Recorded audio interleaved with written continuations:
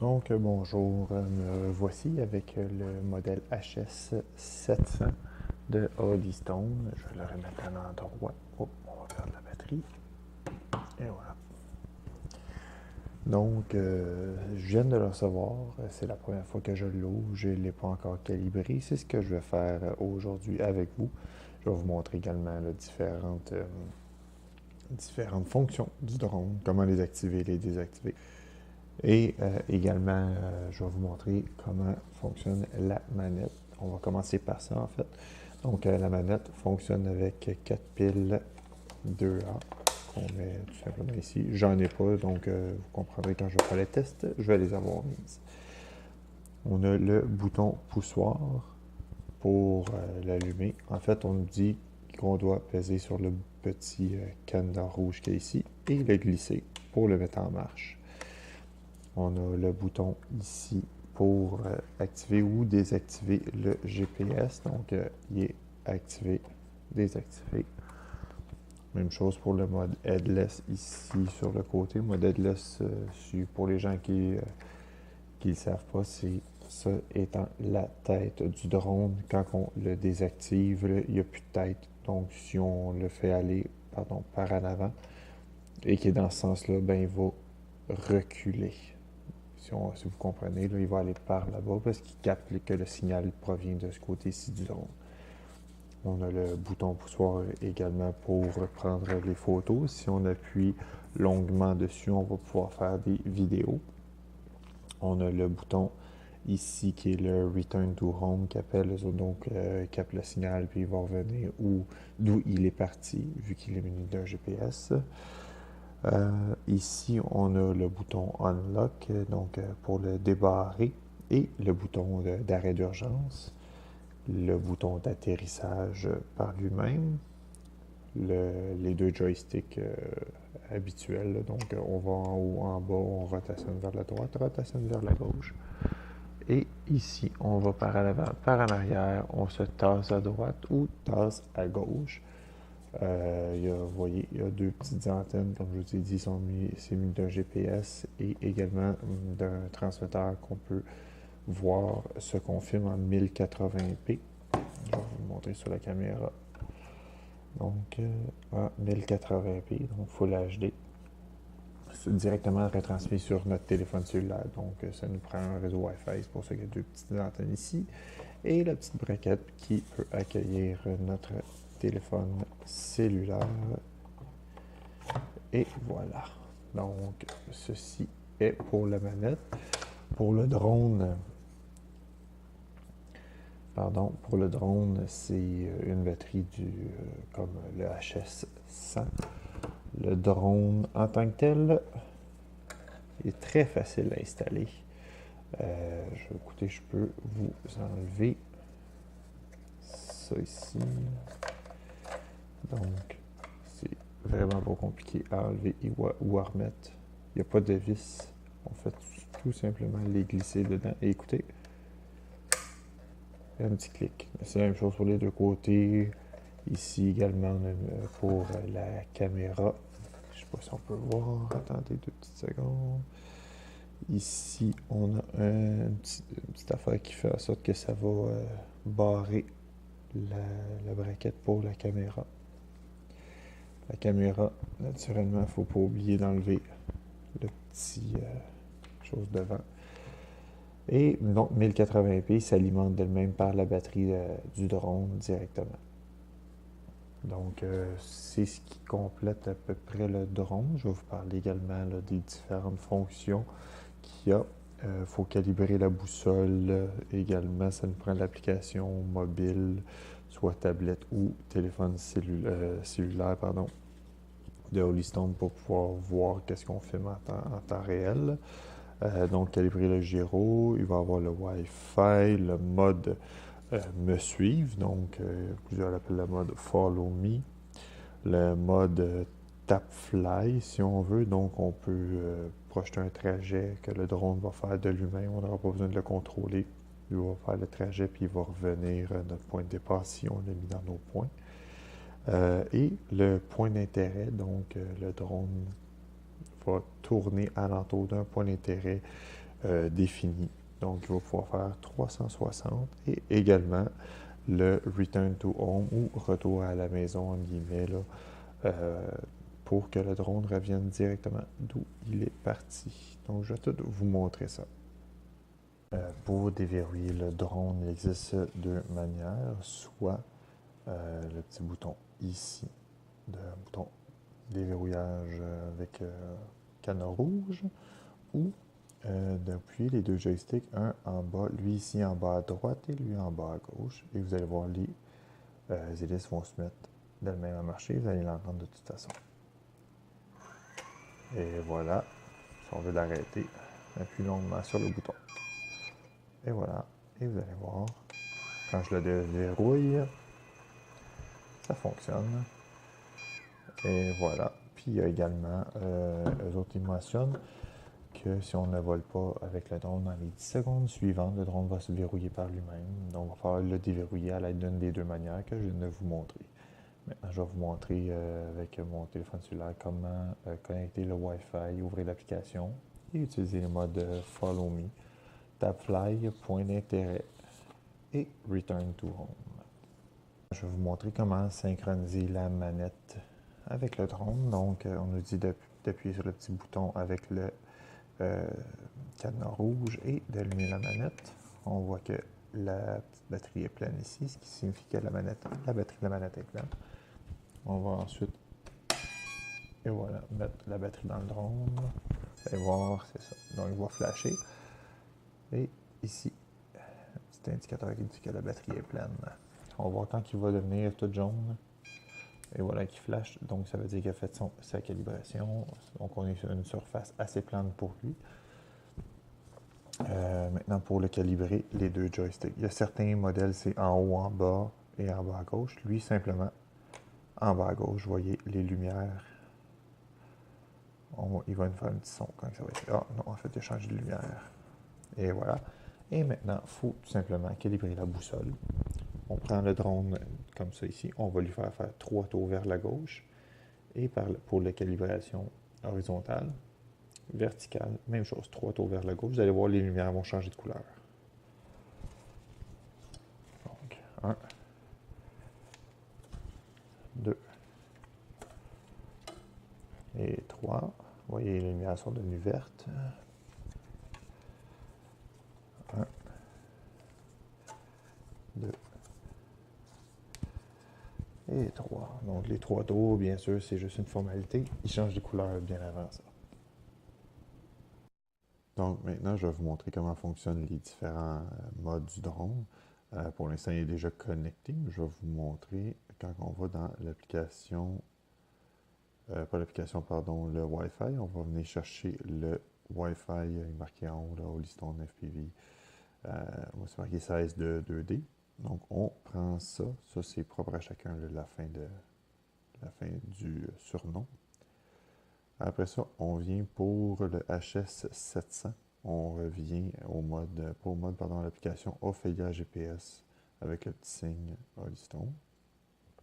Donc, on marque, on clique Go. Et par la suite, il y a des petites instructions pour les débutants. Donc,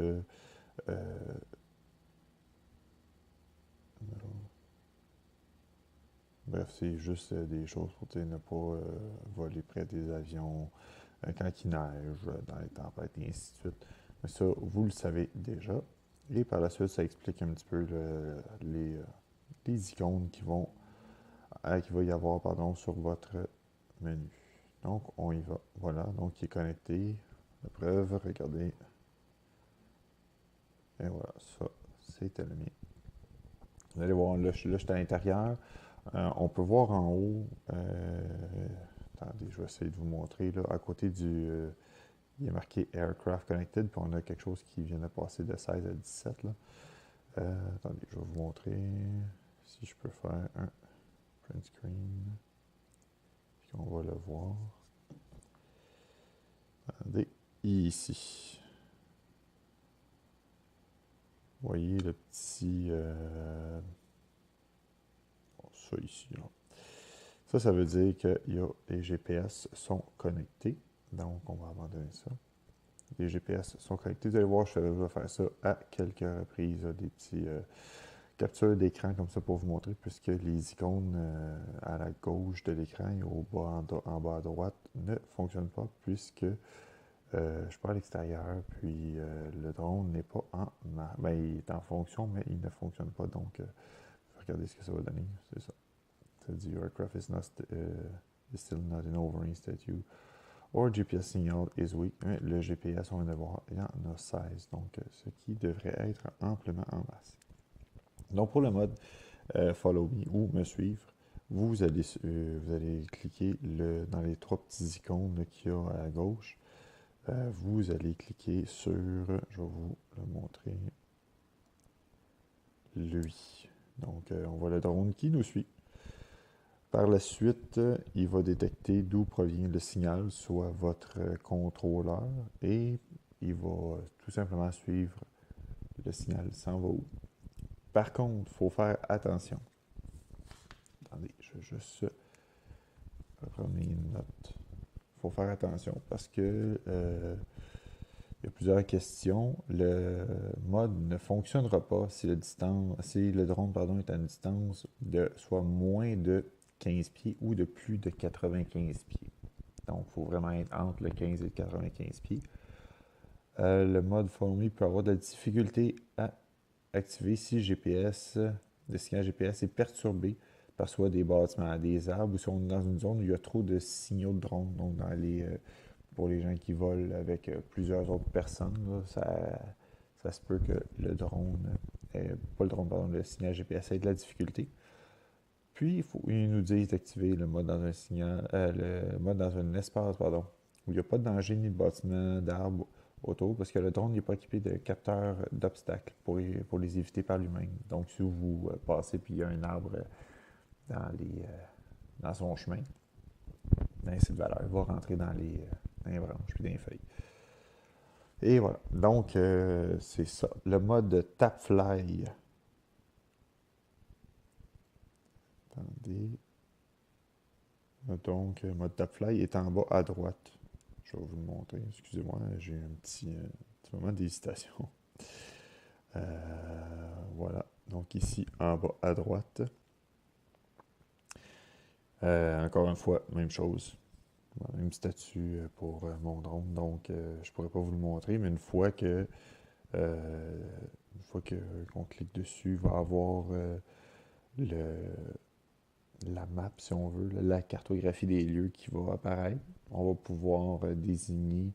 On va devoir peser sur Submit pour soumettre la route une fois qu'elle va être tracée. Puis cliquer sur Yes, donc oui. Puis le drone va faire le chemin attendu. Ça, c'est pour la première méthode. La deuxième, on doit cliquer sur la petite map grise qui est ici en bas à gauche. Là, on voit pas. Tantôt, on voyait les rues. Là, un petit peu de difficulté. Il les voit pas. Puis, il les voit pas. Assez pas pire, là. Ça se peut, c'est parce que mon GPS, pas mon GPS, pardon, mon drone, il est statique, donc il fait pas vraiment il load pas la map. On va déterminer différents points sur la carte directement. On clique encore une fois sur Submit pour désigner la route, puis on clique ensuite sur le bouton Yes. Et le drone va parcourir le chemin. Pour quitter le mode Tapfly, c'est exactement la même chose. Tantôt, j'ai oublié de le dire pour quitter le mode Follow Me. Vous allez voir quand vous allez activer l'icône, l'icône va devenir vert. Si on clique dessus, il va redevenir la même couleur. Ça veut dire qu'on va avoir terminé d'utiliser ce mode-là. Si le Tapfly mode a échoué, on peut resoumettre ou quitter la fonction. Et il nous mentionne également de ne pas voler le drone vers les gens, les animaux ou différents objets du genre branches d'arbres ou autres objets transparents comme les vitres. Puis il pourrait y avoir une petite déviation naturellement entre le trajet attendu et le trajet effectué. Un autre mode, c'est le point d'intérêt. Donc, ça, c'est connu sous différents noms. Mais bref, c'est quand le drone va faire un 360 des lieux d'un... Vous allez voir quand je vais l'agrandir, ça va être un petit peu plus clair là, ici. Donc, ça va être quand le drone fait 360 degrés, donc le tour complet d'un objet pour voir sous toutes ses formes. Donc, on clique naturellement sur le petit icône. Moi, ce que ça me fait encore une fois la même chose. Et on va cliquer Yes par la suite pour l'activer. Ça va être la même chose, c'est toujours la même chose. Hein. On clique sur le bouton, il va avoir une petite boîte de dialogue. On clique Yes. Et voilà, on est rentré dans le mode. Tantôt, je ne l'avais pas mentionné pour les deux premiers, mais il y a toujours la petite boîte de dialogue. Il faut cliquer Yes. Et voilà. Donc, le drone va enregistrer la position de vol au moment où il va entrer dans cette fonction-là. Ah. Bon, on va continuer. Écoutez, je ne peux pas vraiment l'enlever. Donc, on va juste changer de pièce parce que si je l'enlève, on va perdre le signal. Et donc, c'est probablement juste parce que ça fait trop longtemps que je n'ai pas volé. Donc, il va tourner dans le sens des aiguilles d'une montre autour du point d'intérêt. Par défaut, il va tourner à 32 pieds. Pour changer le point, on clique dans les paramètres, les settings et Flight Radius pour réinitialiser. Puis la même chose, pour quitter le mode, on fait juste repaiser sur le même bouton. Et le dernier mode étant le Smart Return to Home, donc retour à la maison. C'est le dernier icône qu'on n'a pas vu à gauche avec le petit H avec un rond. Donc, c'est ce qui est assez normal d'avoir comme icône. Si le signal GPS est bon, donc on a plus de satellites qui sont présents dans le cas. Si on regarde en haut, présentement j'en ai 17, donc c'est plus que bon. Puis que le point d'origine est enregistré préalablement. Donc quand on clique, vous allez voir, c'est le seul bouton qui marche. Quand on clique sur l'icône en gris avec un H dessus, comme un signe d'héliport, on clique Yes sur la boîte de dialogue, le drone volera par lui-même jusqu'à ce point-là, donc on va revenir à ce point-là. Même chose, hein, on sort toujours en recliquant sur le même bouton de la fonction. Durant le mode Return to Home, le drone ne va pas éviter les obstacles. Donc, il faut juste faire attention également que ce soit libre entre le drone et le point d'intérêt que vous avez choisi, le point de retour à la maison. Puis le drone ne peut pas faire le trajet si le signal GPS est faible, donc si le nombre de satellites est moins de 7, comme je l'ai mentionné un petit peu plus tôt. Donc vous allez voir, attendez, voilà, quand que je pèse dessus, le premier icône en haut à gauche, là, ben pas en haut à gauche, le premier icône à gauche, dans les trois icônes au-dessus de la map en haut. Donc ça dit, votre drone va retourner à la maison, au point de retour à la maison, et atterrir sur le sol. C'est marqué Start the Orbit, là, on fait Yes ou No. En bas, ce qui est écrit, c'est clique le même bouton une autre fois pour sortir du mode et regagner le contrôle du ton. Là, je vais cliquer No pour la simple et bonne raison que il n'est pas en marche. Donc voilà.